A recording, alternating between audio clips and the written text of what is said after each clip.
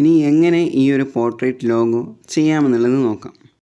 ഈ ഒരു ലോഗോ ചെയ്യാനായിട്ട് ഞാൻ യൂസ് ചെയ്യുന്ന ആപ്ലിക്കേഷൻ ഇൻഫിനിറ്റി ഡിസൈൻ ആണ്. അപ്പോൾ ഇതിൻ്റെ ക്രാക്ക്ഡ് വേർഷനും അതുപോലെ ഒറിജിനൽ വേർഷൻ്റെ ലിങ്ക് ഞാൻ ടെലിഗ്രാമിലും കൊടുക്കും, അതുപോലെ ഡിസ്ക്രിപ്ഷനിലും കൊടുക്കുന്നതായിരിക്കും. അപ്പോൾ നേരെ ഇൻഫിനിറ്റി ഡിസൈൻ ഓപ്പൺ ചെയ്ത് വെക്കുക. ഇൻഫിനിറ്റി ഡിസൈൻ ഓപ്പൺ ചെയ്ത് അതിൽ ഇമേജ് എന്ന ഓപ്ഷൻ കൊടുക്കാം. അപ്പോൾ നിങ്ങൾക്ക് ന്യൂ എന്നുള്ള ഓപ്ഷനും കൊടുക്കാം, അതുപോലെ ഇമേജ് എന്ന ഓപ്ഷൻ കൊടുക്കാം. ഇമേജ് ആകുമ്പോൾ നമുക്ക് ഡയറക്റ്റ് ഇമേജ് കൊണ്ടുവരാൻ സാധിക്കും.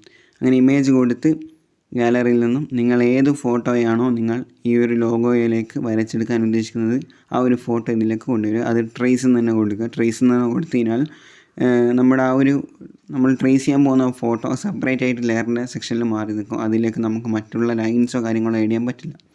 ഇനി ഇങ്ങനെ ഈ ഒരു ഫോട്ടോ നിങ്ങൾ ഇൻഫിനിറ്റി ഡിസൈനിൽ ആഡ് ചെയ്ത് കഴിഞ്ഞാൽ ഇതിൻ്റെ ഒപ്പാസിറ്റി കുറഞ്ഞിട്ടായിരിക്കും ഉണ്ടാവുക. അപ്പോൾ നിങ്ങൾ ആ ആഡ് ചെയ്ത ഫോട്ടോയിൽ ക്ലിക്ക് ചെയ്തിട്ട് അതിൻ്റെ ഒപ്പാസിറ്റി കൂട്ടി കൊടുക്കുക. ഇനി ഇങ്ങനെ ഫോട്ടോ കറക്റ്റായിട്ട് ആഡ് ചെയ്ത ശേഷം ടൂൾസിലേക്ക് വരിക. ടൂൾസിൽ താഴെയായിട്ട് ക്രോപ്പ് എന്ന ഓപ്ഷൻ കാണാൻ സാധിക്കും. ക്രോപ്പ് എന്ന ഓപ്ഷൻ സെലക്ട് ചെയ്ത് വെക്കുക. എന്നിട്ട് ഫോട്ടോ കറക്റ്റായിട്ട് സൂം ഔട്ട് ചെയ്ത് വെക്കുക.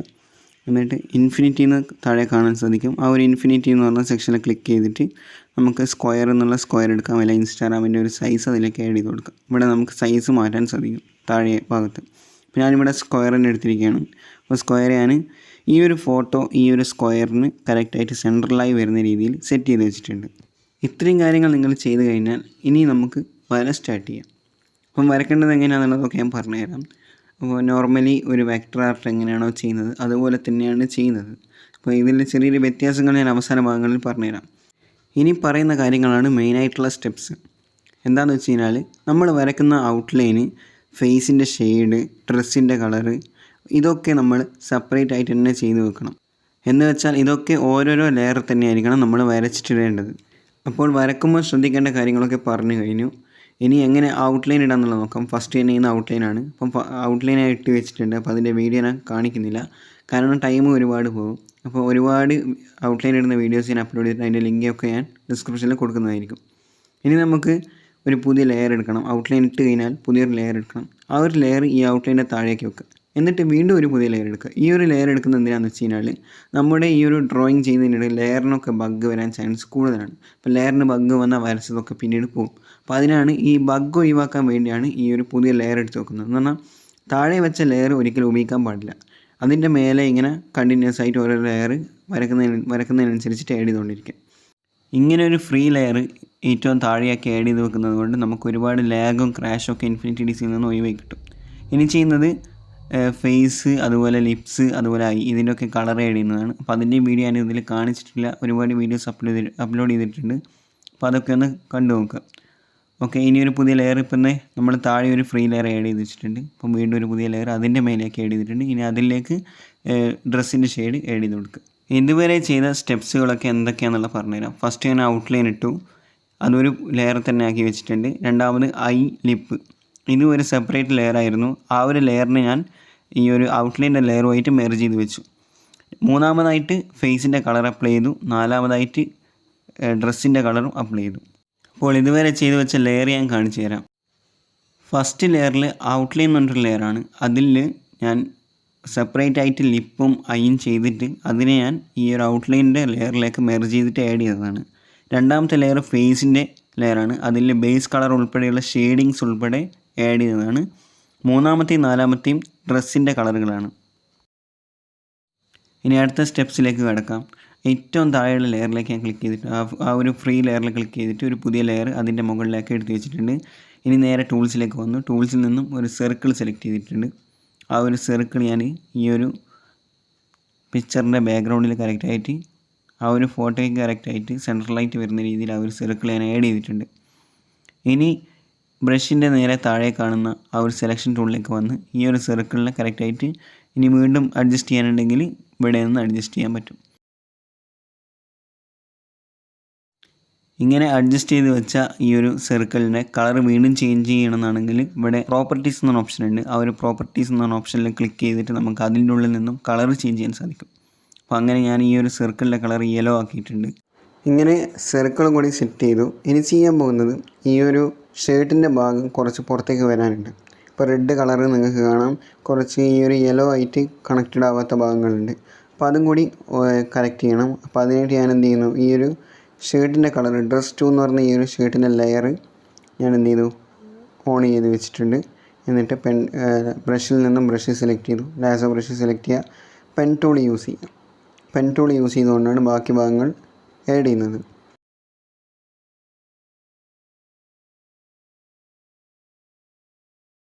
ഇങ്ങനെ പെൻ ടൂൾ ഉപയോഗിച്ച് ബാക്കി കറക്ഷനുള്ള ഭാഗങ്ങളൊക്കെ എല്ലാ കളറിലും ആഡ് ചെയ്ത് കൊടുക്കുക.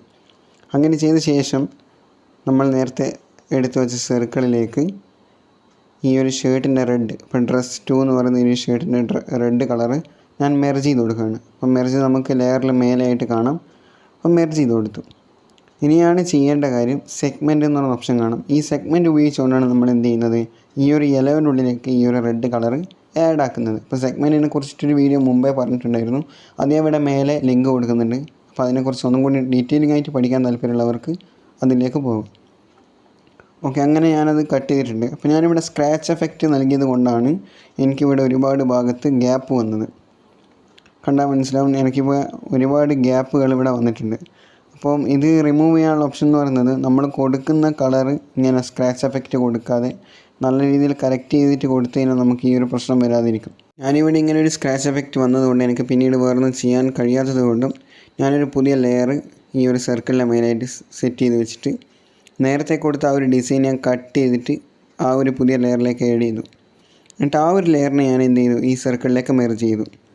എന്നിട്ട് നേരെ ടൂൾസിലേക്ക് പോയി സെഗ്മെൻറ്റ് സെലക്ട് ചെയ്തിട്ട് കട്ട് ചെയ്തു.